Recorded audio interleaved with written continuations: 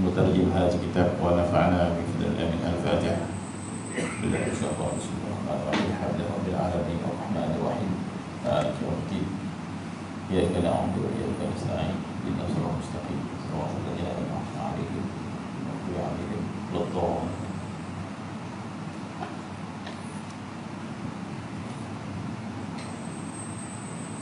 أعوذ بالله من الشيطان الرجيم. بسم الله الرحمن الرحيم.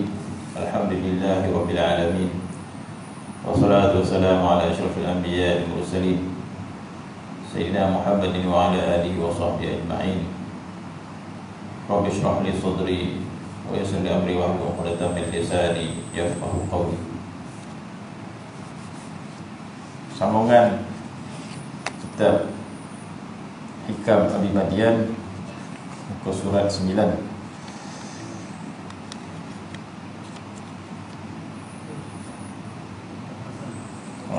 Yang tengah-tengah. Qala al-muallif rahimahullah wa nafa'ana bi'ulumihi fid dharain amin. Sambungan daripada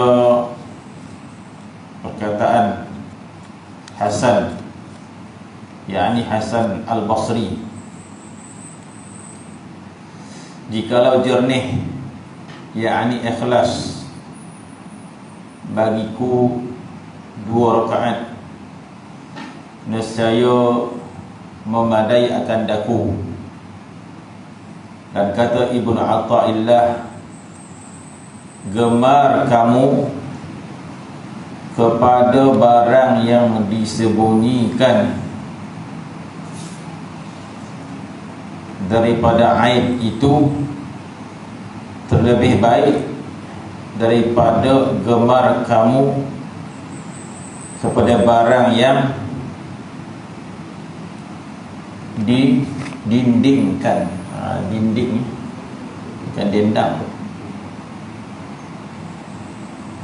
Terlebih baik daripada gemar kamu kepada barang yang didindingkan daripadamu daripada yang baik. Sambungan daripada kataan sebelum ini, yaitu tentang makna ubudiyah pada Allah Subhanahu wa taala, yang mana ketaatan seseorang pada Allah Subhanahu wa taala terbahagi kepada 2 bahagian. Satu dinamakan ibadah, satu lagi dinamakan ubudiyah.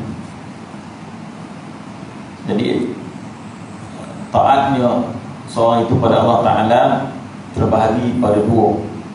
Satu ibadah, satu lagi ubudiyah. Adapun yang nama ibadah, sesuatu yang Allah Subhanahu wa taala syariatkan kepada kita, berbentuk solat, puasa, haji, baca Quran dan lain-lain ibadat, maka itu dinamakan ibadah. Kita solat maghrib, itu dinamakan ibadah. Puasa Ramadan itu dinamakan ibadah. Itu dituntut oleh Allah Subhanahu wa taala. Satu lagi nama dia ubudiyah. Ubudiyah itu dituntut oleh Allah Subhanahu wa taala. Dua-dua ini menjadi tuntutan kepada kita. Cuma beza dia, yang nama dia ibadah itu mudah untuk kita faham. Perintah itu mudah untuk kita faham. Allah Subhanahu wa taala perintahkan kita solat 5 waktu 6 malam. Jadi kita faham perintah itu bermaksud kita kena tunaikan solat. Kalau kita tidak tunaikan solat, maka kita engkar untuk ibadat pada Allah Subhanahu wa taala. Jadi kita faham solat, kita menunaikan tuntutan ibadat. Kalau tak solat, kita engkar perintah ibadat. Allah Subhanahu wa taala perintahkan kita puasa Ramadan, yang mana kita mengetahui puasa Ramadan itu wajib. Jadi kita faham bermaksud apabila kita melakukan ibadat puasa, kita telah melakukan ibadat tersebut. Kalau kita tidak melakukan puasa, maka kita tidak melakukan ibadat tersebut. Jadi kepahaman ibadat itu adalah kita melakukan dengan anggota tubuh badan kita. Semua jenis ibadah itu adalah berbentuk tubuh badan kita. Bila kita diperintahkan puasa, maka yang diperintahkan agar kita menahan diri daripada tidak makan, tidak minum dan perkara membatalkan puasa. Jadi tubuh badan kita melakukan ibadah itu. Apabila Allah Subhanahu wa taala perintahkan kita menunaikan haji, apa yang perlu kita buat? Kita perlu bawa tubuh badan kita ke tanah suci Mekah, lakukan tawaf, lakukan sa'i, kita menuju ke Arafah, dan waktu-waktu masa-masa yang telah ditentukan, bergerak ke Muzdalifah pukul berapa lama nak duduk Muzdalifah, bila waktu bergerak ke Mina, kemudian kita pergi ke Jamarat, melontar. Semua itu tubuh badan kita perlu kita gerakkan, maka baru nama ibadat. Begitu juga solat, ya. Kalau diperintahkan kita berjamaah, maka kita datang ke masjid dan kita melakukan ibadat itu dengan tubuh badan kita, maka itu nama dia taat. Tubuh badan berbentuk ibadah yang mungkin mudah kita nak faham mana itu. Adapun satu lagi nama dia ubudiyah. Maka ubudiyah ini adalah ketaatan yang berbentuk maknawi ataupun ketaatan berbentuk hati. Hati kita beramal, bukan tubuh badan.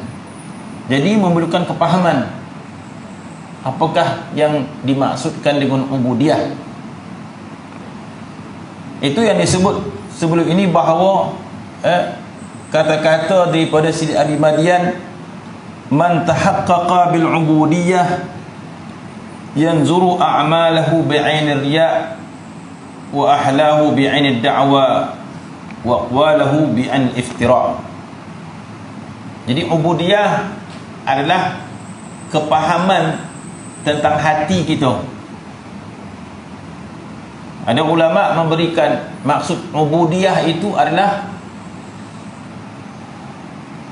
ketundukan kita pada Allah Subhanahu wa taala, ketundukan kita pada perintah wajib, ketundukan kita pada perintah larangan, dan ketundukan kita pada qada dan qadar Allah Subhanahu wa taala. Bermaksud hati kita tunduk menerima perintah daripada Allah Subhanahu wa taala tanpa bantahan.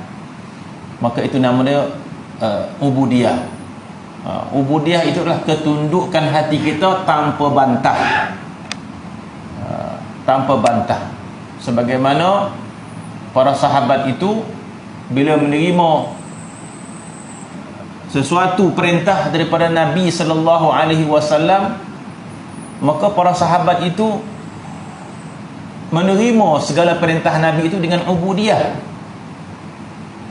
Para sahabat Nabi itu menerima segala perintah Nabi itu dengan ubudiyah, dengan penuh ketundukan. Maka para sahabat itu syiar mereka terhadap perintah Nabi adalah sami'na wa ata'na. Para sahabat itu di hadapan perintahnya Nabi SAW macam mana? Sami'na wa ata'na.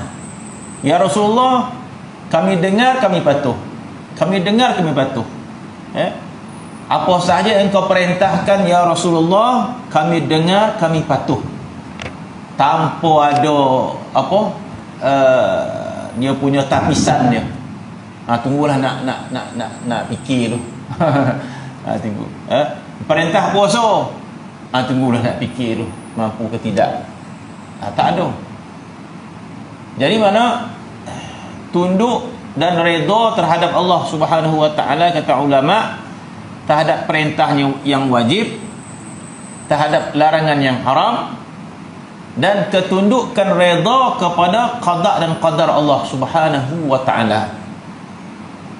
Jadi siapa kita, siapa Allah Subhanahu wa taala, yang kita tidak sepatutnya membantah segala qada dan qadar Allah Subhanahu wa taala. Ada orang diberikan kesihatan yang panjang, di usia yang panjang pun diberikan kesihatan. Ada orang tidak diberikan kesihatan. Ada orang diberikan nikmat yang banyak. Ada orang ditarik nikmat oleh Allah Subhanahu wa taala. Sebagai orang mukmin, sebagai orang Islam, bukankah itu dimasukkan dalam rukun iman kita? Kadang-kadang kita terlupa rukun iman. Rukun. Kita terlupa rukun iman yang terakhir, iaitu beriman kepada qada dan qadar. Beriman kepada qada dan qadar. Jadi ubudiyah dimasukkan pada bahagian iman pada qada dan qadar itu dengan keadaan kita menerima takdir Allah kepada kita. Sebab siapa kita di hadapan Allah Subhanahu wa taala? Allah Subhanahu wa taala menentukan segala-gala dia tentang keadaan kita di dunia, dah kita menerima redha kepada Allah Subhanahu wa taala. Maka ini dinamakan ubudiyah kepada Allah Subhanahu wa taala. Adapun dalam kitab ini dia memberikan huraian yang sedikit kelainan.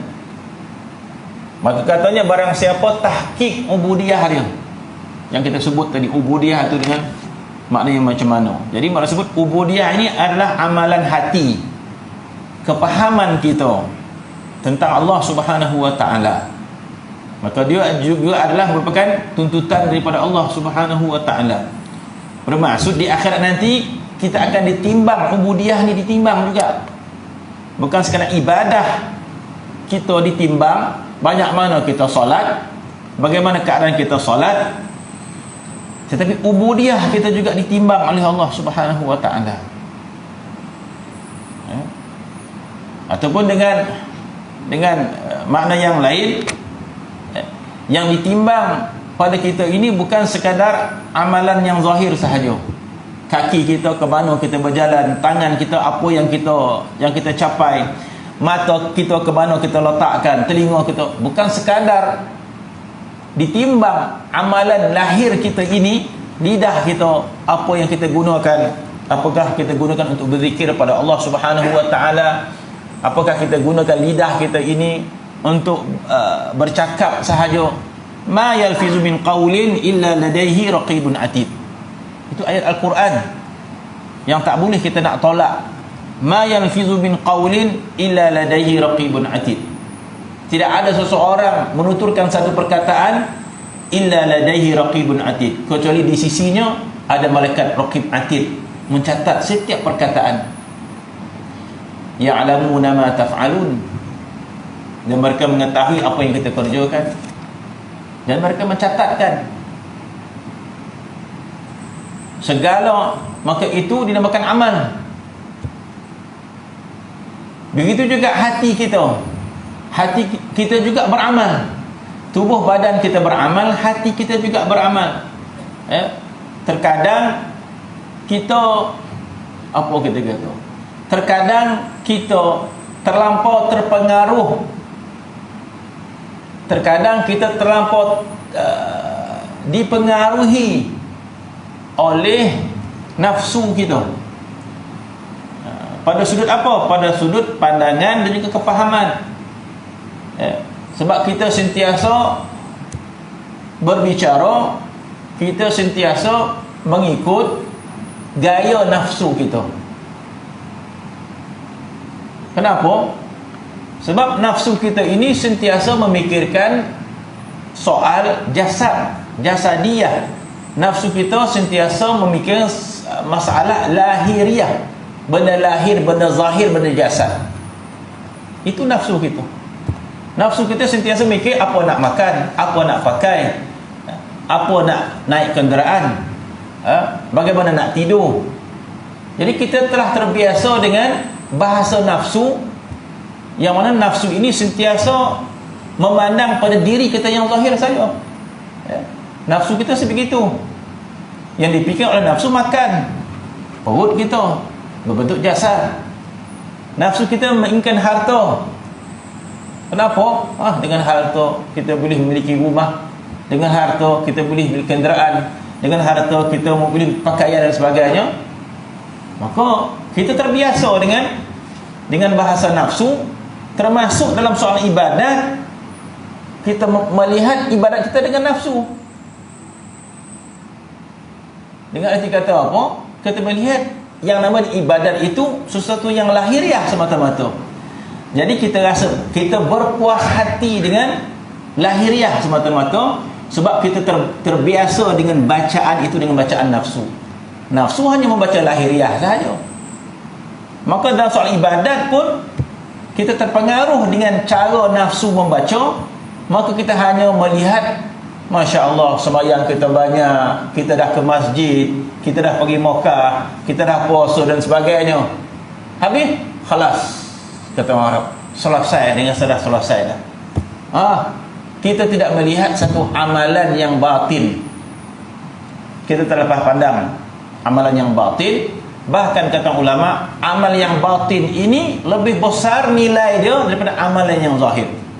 Jadi disebabkan kita kurang ingin memahami dan tak nak faham, atau buat-buat tak faham, maka kita melepaskan segitu sahaja amal yang lebih bernilai daripada lahiriah kita, iaitu amal qalb, amal hati. Bahkan ulama menyebut bahawa amalan hati ini lebih besar nilai daripada amalan lahiriah kita. Itu dibuktikan dalam sirah Nabi sallallahu alaihi wasallam. Sebagaimana Nabi sallallahu alaihi wasallam menyambut sedekah seorang wanita, tak salah. Sebelum itu para sahabat masya-Allah bersedekah dengan pelbagai, ada sedekah ameh, ada sedekah perak, sedekah. Tiba-tiba ada seorang wanita sedekah beberapa biji tamar, maka Nabi sambut, Nabi muliakan sedekah wanita tadi melebihi sedekah-sedekah yang lain. Kenapa? Sebab ada nilai keikhlasan pada wanita itu. Maka amalnya bernilai di sisi Allah Subhanahu wa taala, walaupun sekadar menafkahkan sedikit. Jadi kita dah terbiasa, kalau sedekah apa RM1 dan RM1,000 dan sedekah, walaupun tak cakap. Jadi bermaksud kita berpuas hati dengan banyaknya sedekah, kita berpuas hati dengan banyaknya amal. Maka ini bahasa nafsu, bermaksud ini lahiriah, jasadiah semata-mata, ibadat jasad semata-mata. Sedangkan amal yang lebih bernilai itu adalah amal qalb, amal hati kita. Kita terlepas pandang dan malih pandang, malih fikir. Jadi rugi kita. Sebab itu ulama menyebut dengan kata-katanya, islahul qalbi dzarratan khairun minal amali jabalan. Islahul qalbi dzarratan, seseorang yang membaiki hatinya satu zarrah, menambah baik ataupun menambah amal hati dia. Hati dia beramal. Semalam dia tak beramal, hari ni hati dia beramal. Banyak mana hati dia beramal? Zarratan, satu zarrah. Khairun minal amali jabal, terlebih besar nilai dia daripada kita menambahkan amal kita sebanyak mana? Sebanyak gunung lah contoh dia. Hari ni banyak, Allah, Masya Allah, banyak betul ditambah amal dia. Banyak mana? Menggunung amal dia hari ni. Solat dia berlipat kali ganda, sedekah dia berlipat kali ganda dan sebagainya. Ulama mengatakan islahu qalbi dzarratan, kita membaiki hati satu zarah itu lebih baik daripada kita menambahkan amal yang zahir. Jadi bukan kita jadikan alasan tak beramal. Ada juga, apa ni tak sedekah ni, sikit bona singit nak sedekah, kau nampak ya singit tu. Tapi nilai dia besar tu. Kita jadikan alasan lah kan. Tengok kita, apa semayang sikit bona ni? Kau nampak dia semayang sikit tapi nilai dia ni banyak pada kau semayang tu. Itu dah jadi perasan pula kan. Jadi bermaksud sebab itu datang hadis Nabi sallallahu alaihi wasallam tentang besarnya nilai amal hati ini. Maka datang satu hadis ditulis dalam kitab Hidayatus Salikin berada. Maka hadis riwayat Nabi mengatakan akhlis dinaka yakfika amal qalil. Masya-Allah. Ini bukan bermaksud kita nak beramal sedikit, tak. Ini bukan kita nak cari pulang kalau macam ni dia nak beramal sikit je lah, tak. Bermaksud kita tingkatkan nilai amal itu. Maka Nabi bersabda akhlis dinaka, ikhlaskan agamamu, usahakan keikhlasan amalmu. Yakfika amal qalil, memadai amalan kamu yang sedikit. Jadi hadis ini memberi faham kepada kita, di akhirat nanti orang yang ikhlas hatinya beramal, walaupun amalnya sedikit, itu lebih tinggi nilai dia daripada orang yang amal banyak tapi tidak ada nilai keikhlasan. Itu maksudnya. Jadi kita tidak sekadar memastikan tubuh badan kita taat, kita juga kena hati kita perlu faham makna sesuatu kebaikan tentang ibadat kepada Allah Subhanahu wa taala.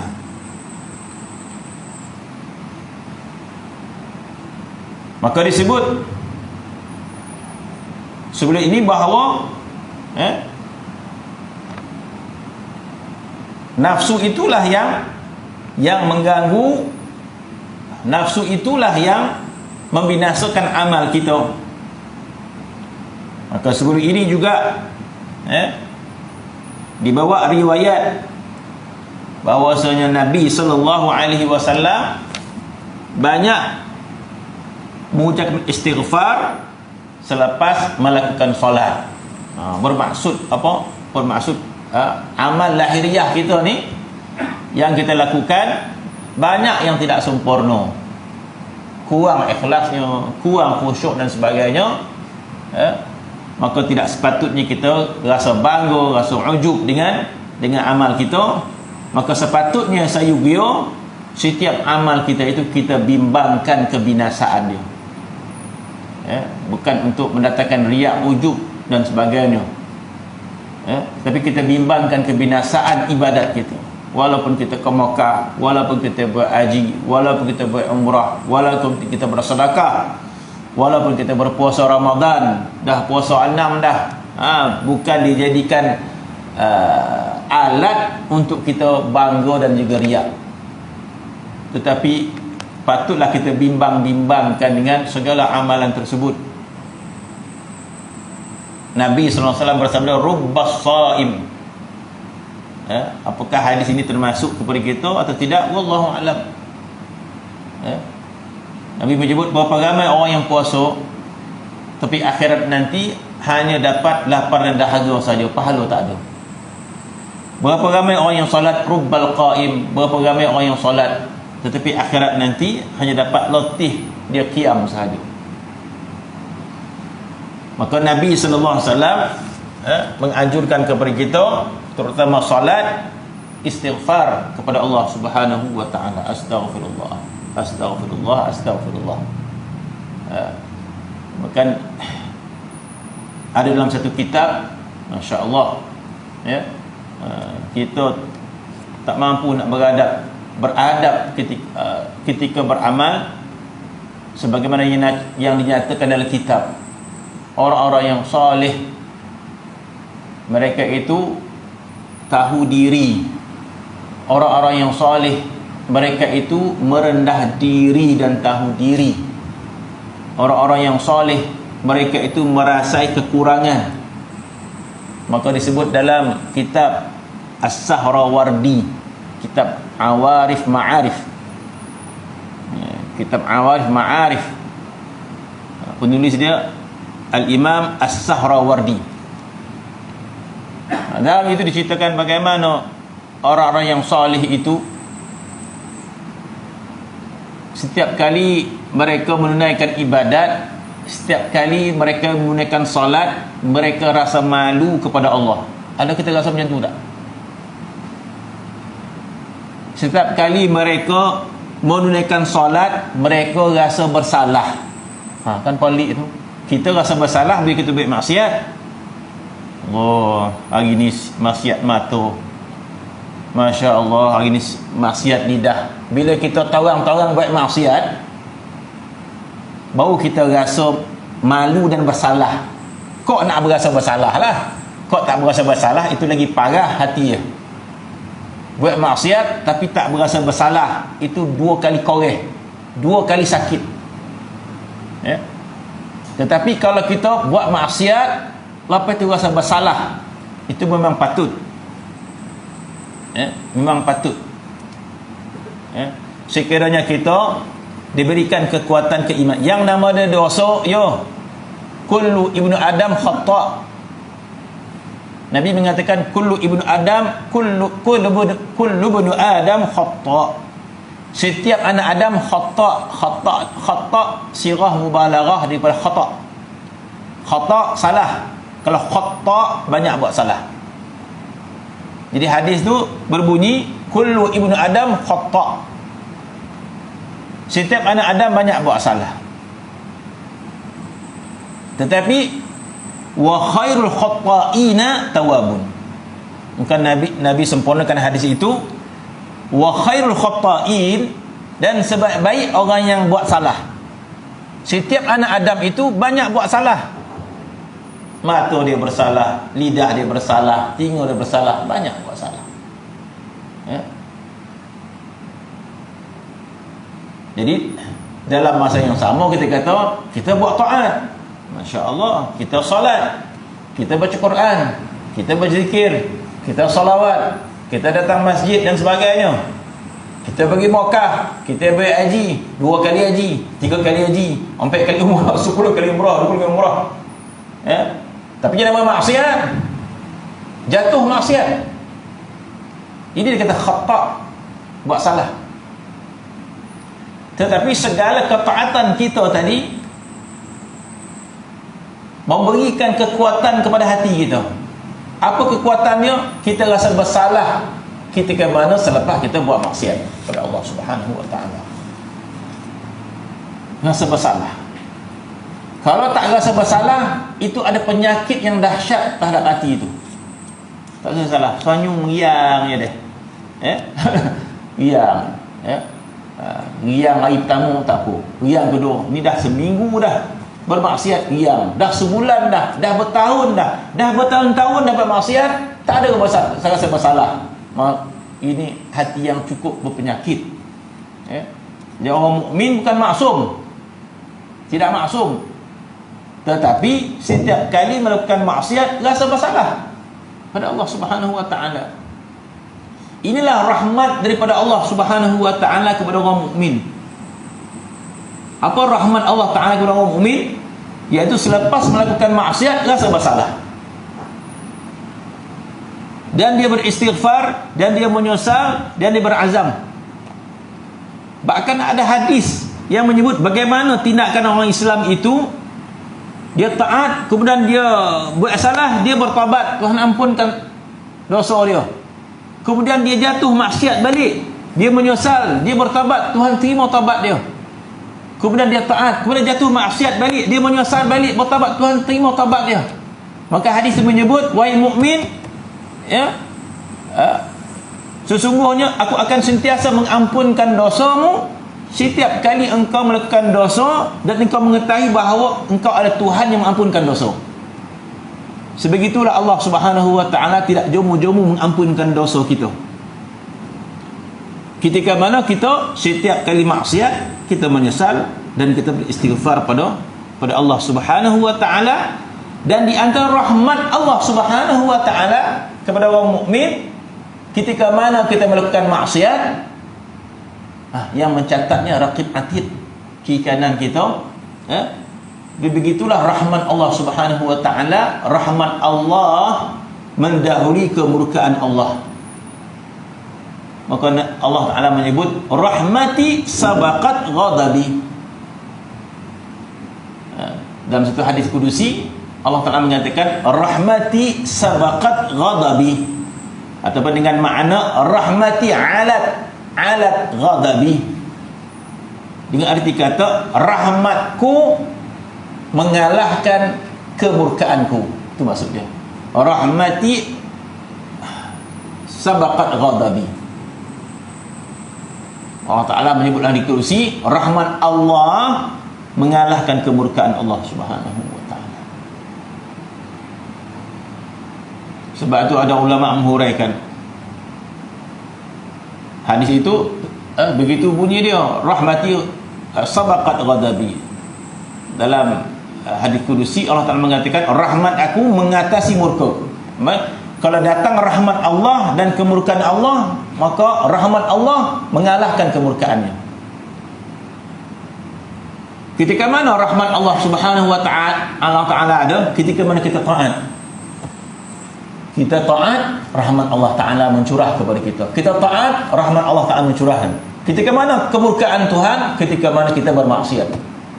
Bermaksiat maka mengundang kemurkaan, pandangan murka Allah Subhanahu wa Ta'ala. Tetapi dua-dua kita buat. Taat buat, maksiat buat. Taat buat, maksiat buat. Dia dua-dua ada. Ataupun dengan makna yang lain, bila ketika mana kita taat, adanya nur taat. Ada nur taat, ada cahaya taat tu ada pada kita. Bila kita maksiat, ada zulumatul maksiyah. Ada zulumat maksiat, ada kegelapan maksiat. Bila kita taat, ada nur taat. Bila kita beriman kepada Allah Subhanahu wa Ta'ala, ada nur iman pada kita. Jadi tak nampak benda tu maknawi, kecuali Allah Subhanahu wa Ta'ala zahirkan pada pandangan seseorang, maka akan terlihat nurul iman, akan terlihat nurul Islam. Sebagaimana Allah Subhanahu wa Ta'ala zahirkan nur iman, nur Islam, nur taat di padang mahsyar nanti. Masya Allah, kita akan rasa kagum melihat seseorang yang berjalan di padang mahsyar membawa cahaya yang begitu hebat, nur.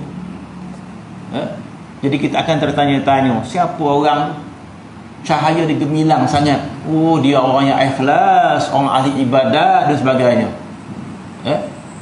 Jadi di akhirat nanti Allah Subhanahu zahirkan nurul iman, nur salah, nurul hajj, nurul Quran dan sebagainya. Allah zahirkan. Allah Subhanahu wa Ta'ala sebut dalam Quran, nuruhum yas'a baina aydihim. Nuruhum yas'a baina aydihim. Allah Ta'ala menceritakan tentang manusia di padang mahsyar. Nuruhum yas'a baina aydihim. Cahaya mereka itu bersinar di hadapan mereka.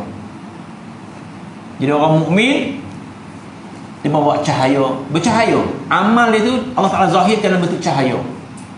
Jadi di padang mahsyar nanti orang mukmin berjalan dengan cahaya, cahaya iman, cahaya taat, cahaya amal, cahaya salat.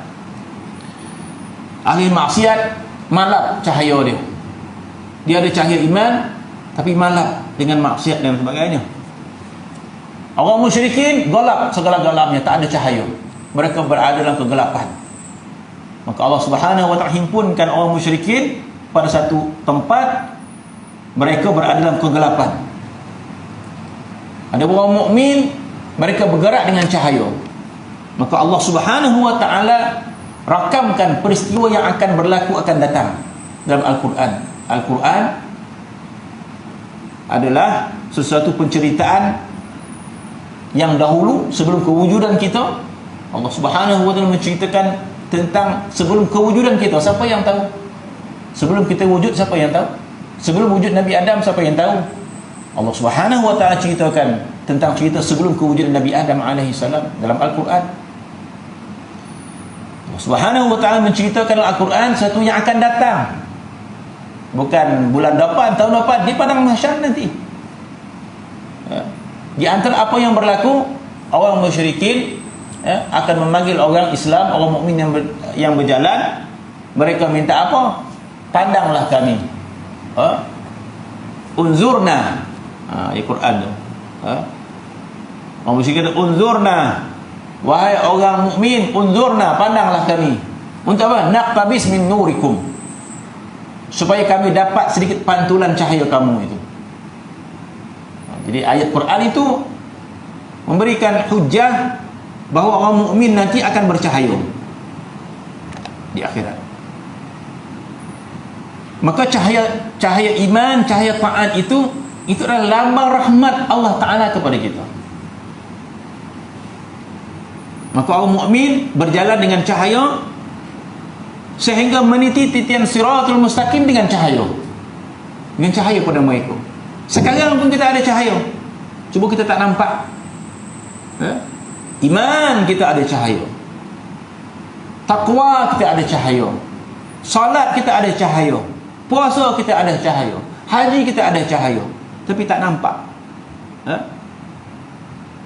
Mungkin Allah Subhanahu wa ta'ala zahirkan cahaya di muka dia, di mata dan sebagainya. Maka itu adalah rahmat Allah Subhanahu wa ta'ala. Api neraka adalah lambang kemurkaan Allah Subhanahu wa ta'ala. Api neraka adalah lambang kemurkaan Allah. Nar itu lambang apa? Lambang kemurkaan Allah Subhanahu wa ta'ala. Jadi hadis menyebut rahmati sabaqat ghadabi, rahmatku mengatasi kemurkaanku. Jadi ada riwayat mengatakan ketika mana orang mukmin melalui titian siratul mustaqim, maka cahaya mereka mengalahkan api neraka. Sehingga ada riwayat mengatakan apabila orang mukmin lalu titian siratul mustaqim, maka api neraka kata juz jaza yajuzu juz, jaza jalan, juz jalan lalu, mukmin lalu terus capai lalu, kata api neraka. Kenapa? Hampir-hampir cahayamu itu memadamkan aku. Kata api neraka, hampir-hampir cahaya kamu itu memadamkan kami, memadamkan aku. Sebab nur itu rahmat Allah Ta'ala, nar lambang ghadab Allah Subhanahu wa ta'ala. Maka ketika mana kita melakukan taat, maka di antara rahmat Allah Subhanahu wa ta'ala, kita ingin beristighfar dengan segera dengan kesalahan tersebut. Dan di antara rahmat Allah Subhanahu wa ta'ala, ketika mana kita melakukan maksiat, dosa dan sebagainya, maka akan mencatat rakadan atid.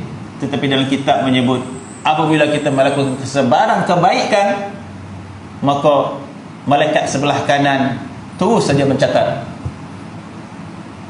Apabila kita melafazkan satu kebaikan, kita berzikir, maka malaikat yang kanan terus mencatatkan zikir kita.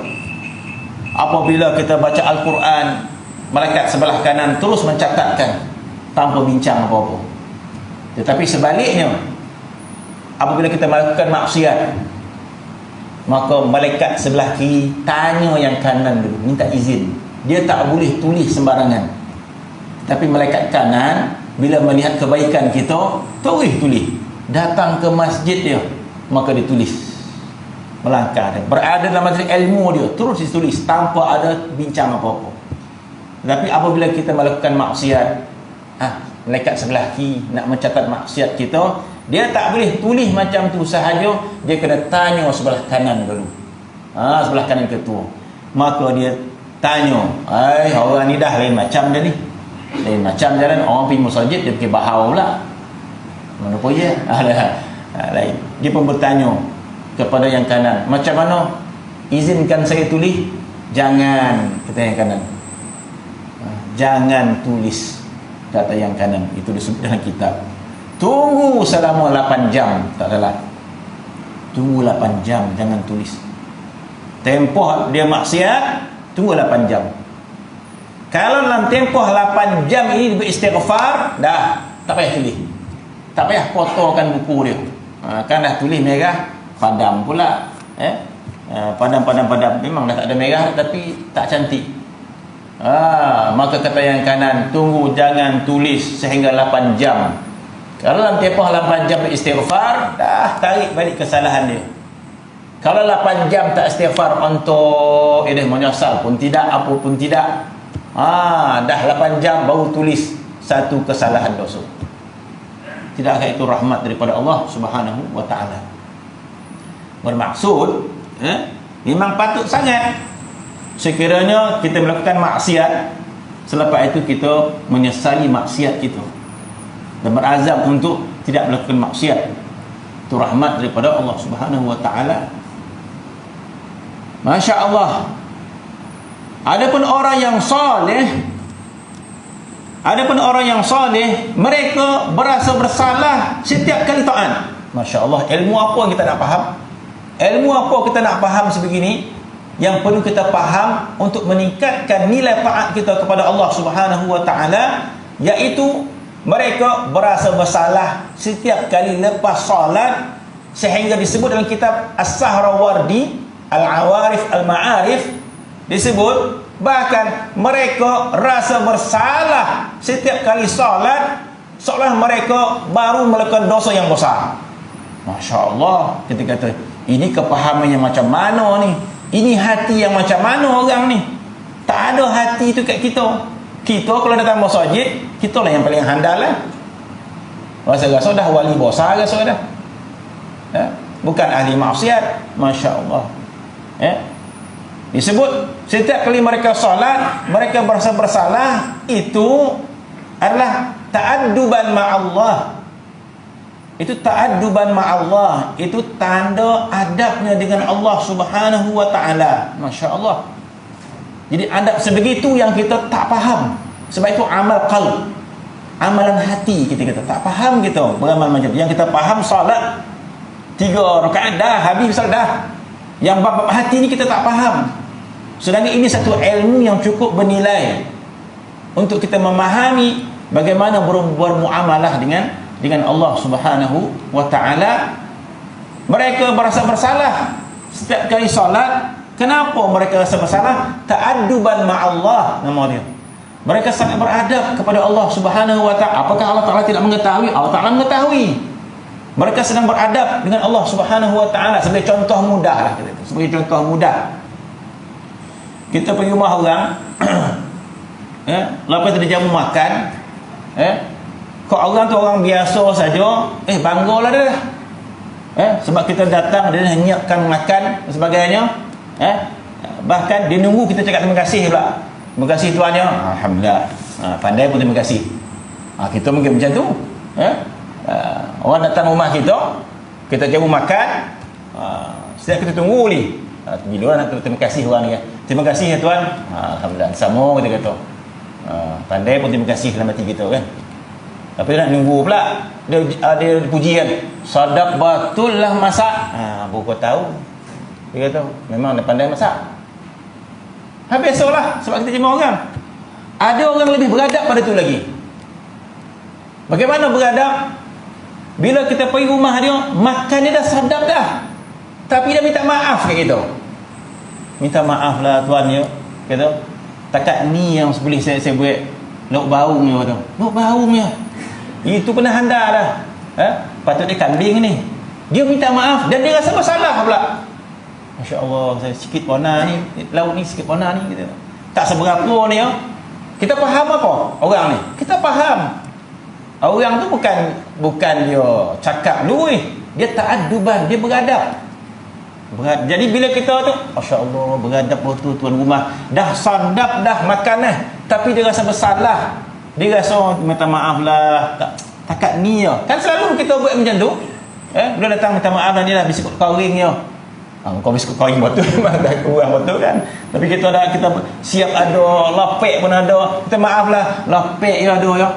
Handal lapek tu. Kalau dijual lapek inti lah. Tapi dia minta maaf kat kita. Minta maaf tuan ni sekadar yang sudah baik. Kita kata dah salat benar dah. Dia minta maaf. Apa maksud dia? Itu ta'adduban maksud dia. Begitulah orang saleh mempersembahkan ibadat mereka kepada Allah, merasa bersalah kepada Allah, seolah-olah setiap kali solat dia ingin meluahkan, ya Allah, ampunkan kami ya Allah, begitu kurang nilai solat kami kepadamu ya Allah, rasa-rasanya tidak sah solat kami ya Allah. istighfar pada Allah Subhanahu wa taala, sehingga disebut dalam kitab Awarif Ma'arif, mereka rasa bersalah seolah-olah baru lepas melakukan dosa yang besar. Masya-Allah. Mereka berasa bersalah. Kenapa? Sebab mereka merasai begitu kurang persembahan ibadat mereka kepada Allah Subhanahu wa taala. Lantas mereka beristighfar kepada Allah Subhanahu wa taala. Dan Allah Subhanahu wa taala mengetahui kekurangan solat kita. Tetapi mengakui kekurangan itu yang dinilai oleh Allah Subhanahu wa taala. Yo, memang solat kau kurang pun, tapi pengakuan kita terhadap Allah Subhanahu wa taala itu, maka diterima oleh Allah segala kekurangannya. Sepatutnya sebegitu kita lakukan. Setiap kali kita melakukan ibadat, kita pergi Mekah, kita pergi haji, tak perlu kita bangga-bangga dengan haji kita. Sepatutnya kita rasa bersalah kepada Allah Subhanahu wa taala. Ya Allah, rasa-rasanya betul kurang cara aku melaksanakan haji, ya Allah. Maka ampunkan dosaku, ya Allah. Rasa kurang. Boleh jadi haji aku tidak terima, ya Allah. Maka kita istighfar pada Allah Subhanahu wa taala. Itu yang dianjurkan oleh Nabi kita sallallahu alaihi wasallam, istighfar selepas solat. Itu yang kita baca sebelum ini. Sedangkan Nabi kita sallallahu alaihi wasallam diberikan nilai solat yang tertinggi oleh Allah Subhanahu wa taala, yang mana solatnya Nabi ini adalah mi'raj. Bermaksud Nabi bila solat, Nabi menghadap ke hadrat Allah Subhanahu wa taala. Nabi bila salat, Nabi masuk ke hadrat Allah Subhanahu wa taala. Nabi ketika mana salat, Nabi bertemu dengan Allah sebagaimana Nabi bertemu di Sidratul Muntaha. Suasana hubungan Nabi dengan Allah Subhanahu wa taala setiap kali salat sebagaimana hubungan Nabi di Sidratul Muntaha. Maka Nabi menyebut as-salat mi'rajul mu'min. Nabi mengatakan salat itu adalah mi'raj orang mukmin. Bermaksud ketika mana Nabi salat, Nabi musyahadah kepada Allah Subhanahu wa taala. Maka ulama menyebut, walaupun sebegitu nilai salatnya Nabi kita sallallahu alaihi wasallam, mana ada kekurangan salatnya Nabi sallallahu alaihi wasallam. Salatnya Nabi kesempurnaan. Ju'ilat qurratu 'aini fi shalah. Nabi mengatakan dijadikan kebahagiaan aku itu dalam salat. Yang kita sebut qurratul 'ain ini adalah kemuncak kebahagiaan di dunia. Kemuncak kebahagiaan dunia nama dia qurratul 'ain.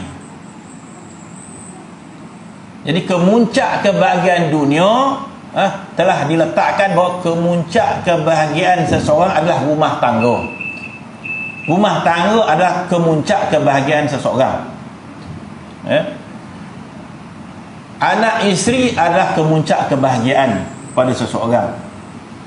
Sebab itu kita berdoa, Rabbana hablana min azwajina wa zurriyyatina qurrata a'yun.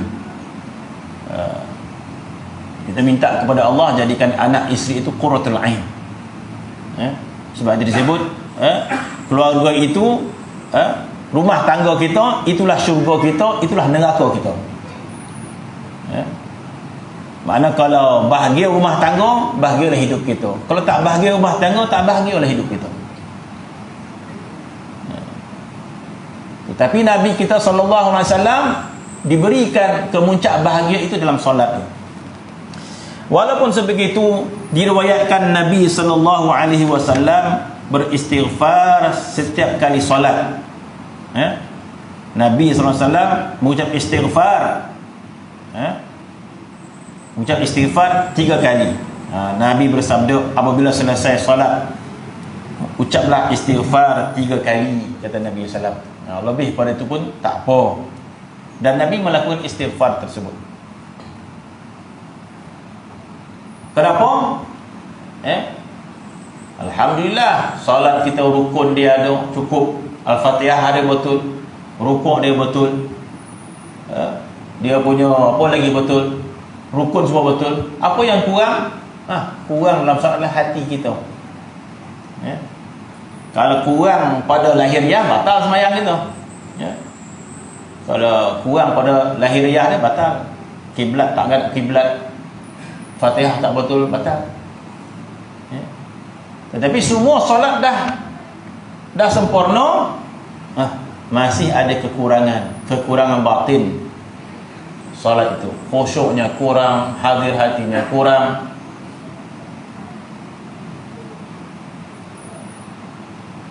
ikhlasnya kurang. Ya. Jadi Nabi perintahkan kita agar beristighfar, kita merendah diri, kita rasa bersalah dengan ibadat kita, terutama solat. Maka kata Hasan Al-Basri,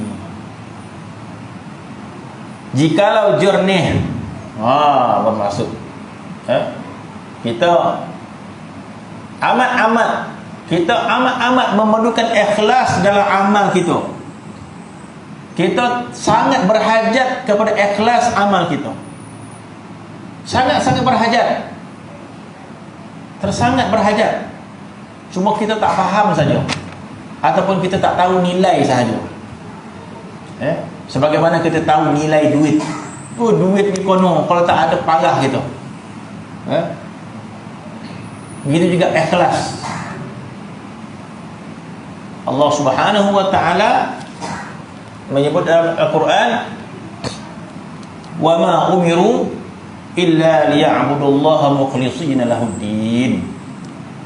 Tidaklah aku perintahkan kamu, kata Allah Subhanahu wa ta'ala, wa ma umiru, tidaklah diperintahkan illa liya'budullah, kecuali ibadat kepada Allah mukhlishina lahuddin. Mukhlishina lahuddin, ikhlas kerana agamanya, ikhlas kerana Allah Subhanahu wa ta'ala. Jadi kita tersangat berhajat kepada ikhlas. Habis kalau tak ikhlas, maka ibadat kita hancur, tidak dipandang oleh Allah Subhanahu wa ta'ala. Ibadat kita tidak dipandang oleh Allah Subhanahu wa ta'ala, tidak ada nilainya di sisi Allah Subhanahu wa ta'ala. Maka kata Hasan Al-Basri, jikalau jernih, mana hati kita jernih, yakni ikhlas. Kata Hasan Basri, jikalau aku melakukan salat 2 rakaat itu dengan keadaan kejernihan hati, itu maksudnya. Kata Hasan Al-Basri, sekiranya aku melakukan salat 2 rakaat dengan penuh kejernihan, dengan penuh keikhlasan, nescaya memadai bagiku. Bermaksud memadai bagi dia daripada solat yang banyak belum tentu lagi ikhlas, iaitu tambahan pada yang wajib lah. Jadi bagi ahli taat, dia akan menambahkan ibadat solat dia. Yang wajib tetap wajib. Ini penambahan bagi orang yang diberikan kesedaran iman. Maka kita ada kebimbangan penambahan amal kan. Allah, sembahyang tu sikit, kita nak buat ba'diyah, kita nak buat qabliyah, kita nak buat sembahyang tasbih, kita nak buat sembahyang. Jadi bila tak banyak sembahyang kita kan, kita bimbang. Masya Allah, tarawih kita kurang dan sebagainya. Kita membimbangkan bilangan rakaat sembahyang. Tak ke begitu? Kita rasa bimbang, Allah sikit banyak. Puasa, Masya Allah, puasa, orang tengok orang puasa sunat banyak, kita tak banyaklah puasa sunat kita. Kita membimbangkan banyaknya puasa, kita membimbangkan kurangnya sedekah. Ya silakan, kita kata satu benda yang baik. Tetapi satu kebimbangan yang lebih tepat untuk kita bimbang, nilai keikhlasan dalam ibadat itu lebih aula kita bimbangkan daripada banyaknya nilai ibadat itu. Itu maksud perkataan Hasan Al-Basri ini. Mana Hasan Al-Basri ingin mengajar kita tentang kebimbangan pada taat. Bimbang tentang keikhlasan itu lebih patut kamu bimbang daripada banyaknya ibadat. Itu maksud dia. Maka kata Hasan Al-Basri, jikalau jernih hatiku, sekiranya ikhlas hatiku dengan melakukan 2 rakaat, bermaksud sunat ni. Dia sembahyang sunat 2 rakaat dia. Dia sembahyang yang wajib 5 waktu tu kena, kemudian sembahyang sunat dia 2 rakaat je dah. Oh, kita masya-Allah qabliyah ba'diyah, ada sembahyang duha, ada sembahyang banyak sembahyang kita. Jadi kita rasa lega, alhamdulillah habis dah sembahyang sunat dan dah buat dah. Rasa selesai. Kita mungkin membimbangkan itu. Tetapi kita tak faham makna yang sebenar. Maka kata Hasan Al-Basri, jikalau jernih hatiku, ikhlas hatiku menunaikan 2 rakaat sembahyang, nescaya memadai bagiku, katanya. Bermaksud di akhirat nanti, sekiranya kita pernah melakukan 2 rakaat salat sunat penuh ikhlas, itu lebih kita harapkan untuk menolong kita daripada banyak ibadat kita yang boleh kita ikhlas. Itu maksudnya.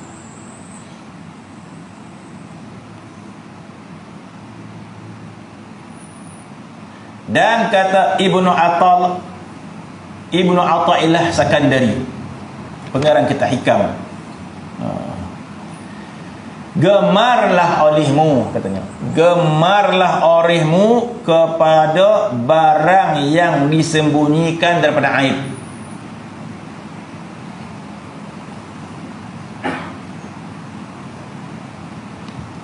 Terlebih baik daripada gemar kamu kepada barang yang didindingkan daripadamu. Di antara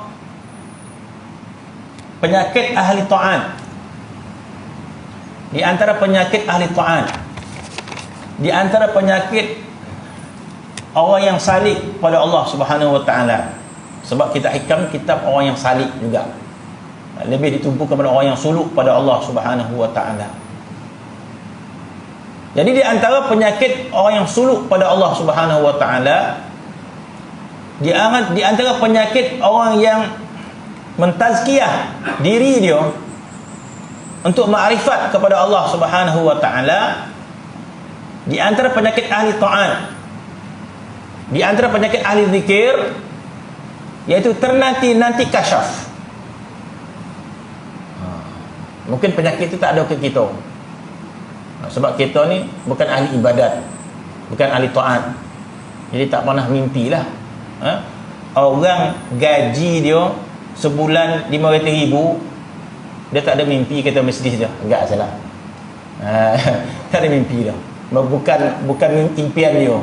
Orang mengimpi kereta besar-besar ni bila gaji dia dapat projek besar 500,000 juta ke, dapat projek untung 500,000 juta, ataupun dapat projek untung dia 1 juta 2 juta.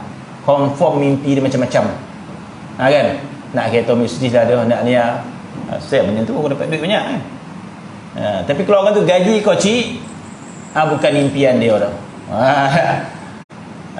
Begitu orang yang bukan ahli ta'at, maka bukan impian dia untuk kasyaf dan sebagainya, bukan orang dia, bukan ahli dia, penuh maksiat, maka tidak terlintas di hatinya mendapat kasyaf dan sebagainya, mendapat karamah dan sebagainya. Karamah, kasyaf, ini bukan impian orang yang tidak ibadat. Dia selamat penyakit tu. Tapi penyakit nak kasyaf, penyakit nak karamah ni adalah penyakit ahli ta'at. Dia terimpi-impi kasyaf. Dia rasa dia dah 1 juta berzikir dah, bila kasyaf lagi. Dia penyakit tu datang. Rasa-rasa dah banyak betul beramal dah, bila nak terbang lagi. Mana karamah kan? Bila berlaku karamah ni? Itu penyakit ahli ta'at. Penyakit ahli zikir, penyakit ahli suluk pada Allah Subhanahu wa taala, iaitu menginginkan karamah, menginginkan kasyaf. Rasa-rasa dia dah layak kasyaf dah rasa ni. Dah. Dia rasa. Di antara benda karamah yang orang rasa-rasa dapat Ramadan. Ramadan.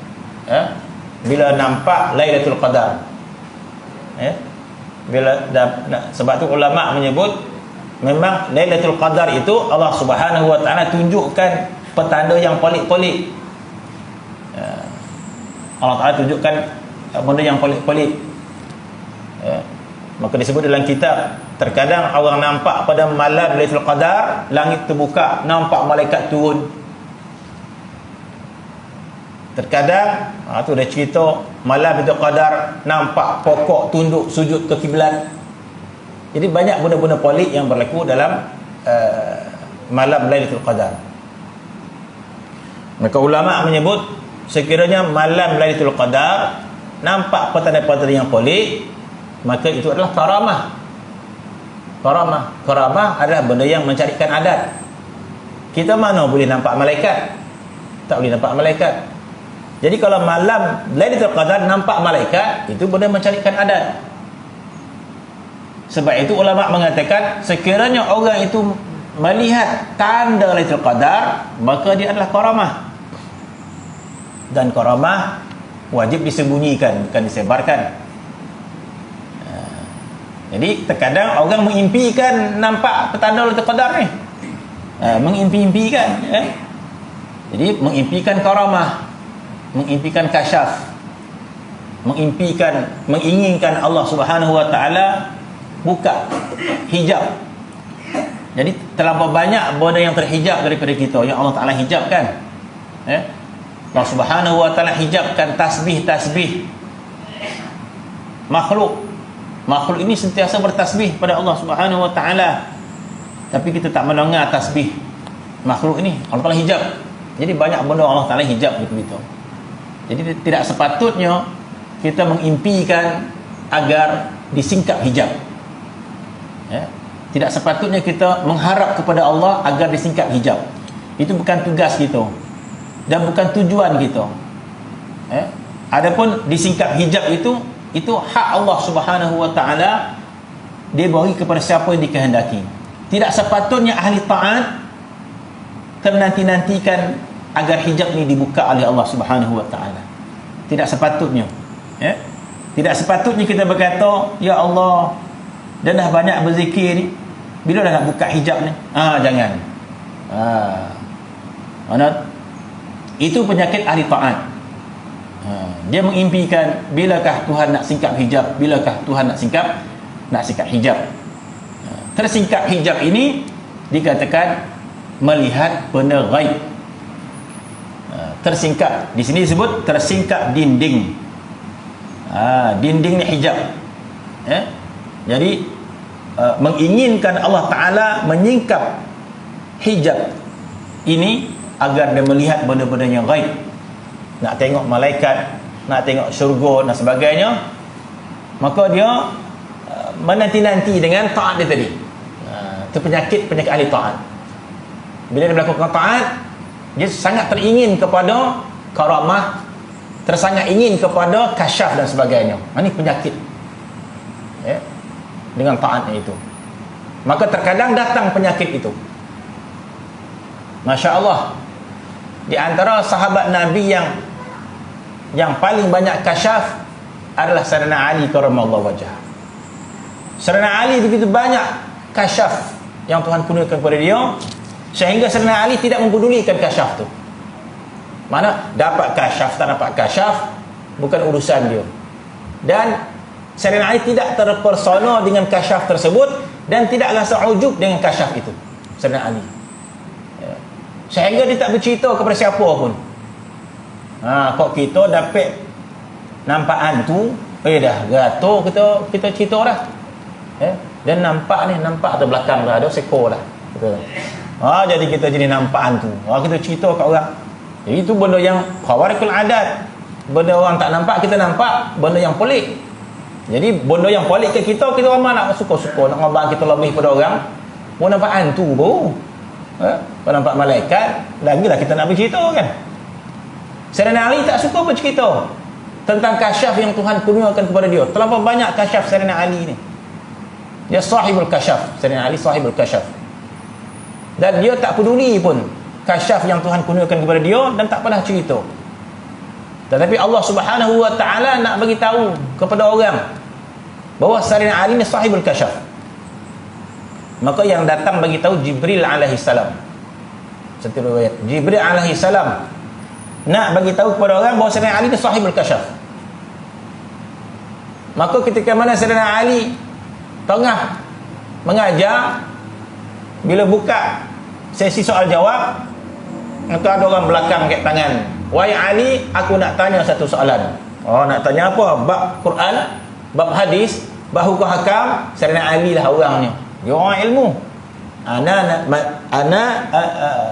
Nabi mengatakan, aku adalah Madinah ilmu. Sayyidina Ali tu babuha. Sayyidina Ali tu pintunya. Jadi alim Sayyidina Ali. Jadi kalau orang nak tanya apa? Rupa-rupa dia tanya kasyaf. "Wahai Ali, aku ada satu soalan." Yo, silakan. Kalau kau tahu, kau alim, kalau tahu Jibril sekarang berada di langit yang keberapa? Di manakah Jibril duduk sekarang? Langit pertama kau? Langit kedua? Siapa yang boleh tahu? Kecuali orang kasyaf ya. Jadi orang dia cuba nak bertanya, nak menyungkil kasyaf Sayyidina Ali ya. Maka dia tanya, kalau kau orang yang berilmu, malaikat Jibril sekarang berada di langit yang keberapa? Di manakah duduknya malaikat Jibril? Maka Sayyidina Ali tak jawab. Sayyidina Ali menyebut, "Lau kushifal hijab mazdadtu yaqinan." Sayyidina Ali menceritakan bahawa dia tidak peduli pun bab kasyaf ni, dan dia tak hirau pun bab kasyaf ni, dan tak jadi kebanggaan dia pun dapat kasyaf, sedangkan dia mendapat kasyaf. Maka Sayyidina Ali mengatakan, "Lau kushifal hijab," sekiranya hijab-hijab gaib ni disingkap oleh Allah Subhanahu wa taala, "mazdadtu yaqinan," tidak bertambah yakin aku. Bermaksud Sayyidina Ali yakin kepada syurga dan neraka. Kalau disingkap hijab, nampak syurga dan neraka, tidak bertambah lagi keyakinan dia. Bermaksud yakinnya kepada syurga dan neraka itu musyahadah. Yakinnya kepada malaikat, bermaksud kalau disingkap hijab, nampak malaikat, tidak bertambah dah yakin kita. Sebab keyakinan kita sampai peringkat musyahadah pada benda yang gaib. Mana tidak perlu Allah Ta'ala buka hijab gaib untuk kita menambah yakin kita nak bergaib. Jadi kalau orang itu dibuka hijab, sudah pasti bertambah yakin dia. Kita yakin terhadap nikmat alam barzah, contoh kan. Kita yakin kepada alam barzah itu ada nikmat, ada azab. Tiba-tiba bukan kita nampak di situ, mimpi.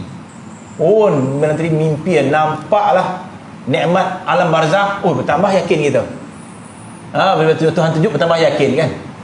Apatah lagi kalau Tuhan singkap hijab depan-depan mata, tiba-tiba dalam gambar kita yang nampak alam barzah tu dengan nikmat, bagaimana kan? Bertambah yakin kita. Bertambah yakin kita tentang azab kubur, nikmat alam barzah. Kalau Allah Subhanahu wa taala buka hijab, nampak orang kubur tengah azab, apa jadi dia? Bertambah yakin kita. Pergi ke masjid kita. Sebab apa? Yakin kita bertambah. Sebab Tuhan singkap hijab.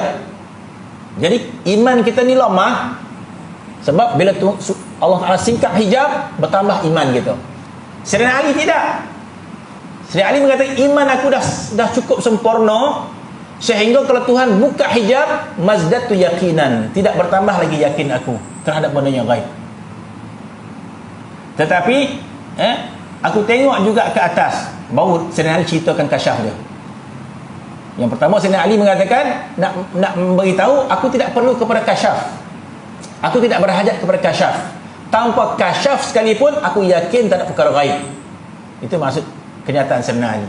Namun kata Sayyidina Ali, dia nak ceritakan kasyaf dia. Namun aku tengok ke atas, mana pambuh pandangan Sayyidina Ali. Aku pandang ke atas, aku tak nampak Jibril di atas. Aku pandang ke bawah, tak nampak Jibril di atas. Kiri, atas bawah, kiri kanan, tak nampak. Tak ada Jibril, dia kata. Entah yang bertanya tu Jibril, kata dia. Jadi Jibril duduk depan dia. Entah yang bertanya Jibril, dia kata. Sebab bermaksud sebelum ni dia tahu Jibril duduk kat mana. Dia pandang atas, nampak Jibril. Tapi hari tu aku pandang atas, pandang bawah, tak nampak Jibril. Entah yang bertanya Jibril. Masa dia tahu yang bertanya Jibril. Jadi orang berkali belakang, tengok dah tak ada orang. Jadi bermaksud Sayyidina Ali sahibul kasyaf, diberikan kurniaan oleh Allah Subhanahu wa taala. Tetapi kasyaf itu jadi penyakit kepada ahli taat, ahli zikir, ahli suluk kepada Allah Subhanahu wa taala. Terkadang mereka terimpi-impikan kasyaf, terimpi-impikan karamah. Maka kata Ibnu Athaillah Sekandari, untuk memberi panduan kepada orang yang mujahadah, kepada ahli salik kepada Allah Subhanahu wa taala, kepada ahli zikir, apa dia? Maka katanya, gemarkan oleh kamu barang yang tersembunyi daripada aib. Gemarkan ini maksud kata tengoklah aib kamu yang tersembunyi dalam hati kamu itu. Dalam hati kita banyak benda aib. Ada hasad, ada riak, ada ujub, ada hubbud dunia, ada penyakit kedokut dan sebagainya. Lebih baik kita tengok hati kita ni yang tersembunyi dalam, daripada kita tercari-cari, termintai-mintai. Bilakah nampak malaikat ni? Bila nak nampak hantu ni? Bila nak nampak? Kita seorang tanya, ya Allah, bila kau nak buka hijab ni? Aku nak tengok malaikat, aku nak tengok benda gaib. Kata Ibnu Athaillah Sekandari, engkau mencari-cari aib dirimu itu lebih baik dari kamu mencari-cari agar hijab ni dibuka oleh Allah Subhanahu wa taala. Kenapa? Sebab kalau disingkap hijab itu tak ada kena-mengena dengan amal kita. Tidak ditanya oleh Allah Subhanahu wa taala akhirat nanti, kamu nampak tak gaib? Di akhirat nanti Allah Taala tak tanya kita, kamu nampak malaikat tak? Kamu tak nampak malaikat, derajat kamu rendah. Tak ditanya oleh Allah Subhanahu wa taala. Yang ditanya oleh Allah Subhanahu wa taala, kenapa aib dirimu engkau tidak baiki? Itu ditanya oleh Allah Subhanahu wa taala. Kenapa sifat mazmumah kamu tidak baiki? Kenapa kamu tak baiki sifat hasad? Kenapa kamu tidak baiki sifat hubbud dunia? Kenapa kamu tidak baiki sifat lalai? Itu akan ditanya oleh Allah Subhanahu wa taala. Adapun kasyaf, Tuhan tak tanya kita, kenapa kamu tak nampak alam barzakh? Itu bukan dipertanggungjawabkan oleh Allah Subhanahu wa taala. Itu kata-kata Ibnu Athaillah Sekandari tentang apa? Tentang aib. Di antara aib diri kita ini adalah kurangnya ikhlas beribadat kepada Allah Subhanahu wa taala, yang disebut oleh Hasan Al-Basri, sekiranya aku ibadat salat 2 rakaat dengan penuh keikhlasan kepada Allah Subhanahu wa taala, maka itu sudah memadai bagi aku.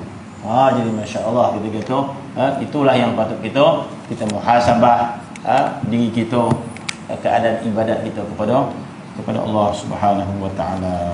Wallahu ta'ala alam.